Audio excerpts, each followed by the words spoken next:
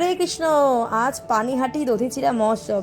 এই উৎসবের আরেকটা নাম দণ্ডদান উৎসব। আমিও ঘরে আজকে দধি চিড়া দিয়ে ভগবানকে ভোগ লাগানোর চেষ্টা করেছিলাম, কারণ আজকের দিনে দধি চিড়া দিয়ে ভগবানকে ভোগ দিতে হয়। তার পাশাপাশি অন্ন ডাল সবজিও দিয়েছিলাম।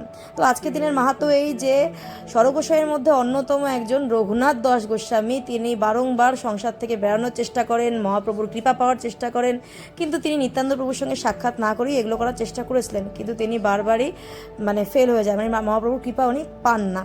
তারপরে একদা এক সময় সোদপুরে নিত্যানন্দ প্রভু আসেন এবং সেটা তিনি খবর পান। খবর পেয়ে তিনি নিত্যানন্দ প্রভুর শরণাপন্ন হন এবং নিত্যানন্দ প্রভু তখন তাকে দণ্ডদানের মাধ্যমে আনলিমিটেড কৃপা প্রদর্শন করেন, নিত্যানন্দ প্রভুর কৃপা তার উপর পূর্ণভাবে দান করেন।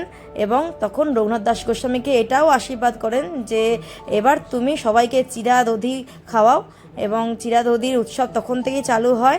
এবং অচিরেই রঘুনাথ দাস গোস্বামী নিত্যানন্দ প্রভুর কৃপার ফলে সংসার থেকে বেরিয়ে যেতে পারে এবং পুরীধামে পৌঁছায় এবং সেখানে গিয়ে মহাপ্রভুর কৃপা পায় এবং তারপর থেকে তার প্রচার কার্য শুরু হয়। তো নিত্যানন্দ প্রভুর কৃপা পেতে তো কখনোই মহাপ্রভুর কৃপা পাওয়া যায় না।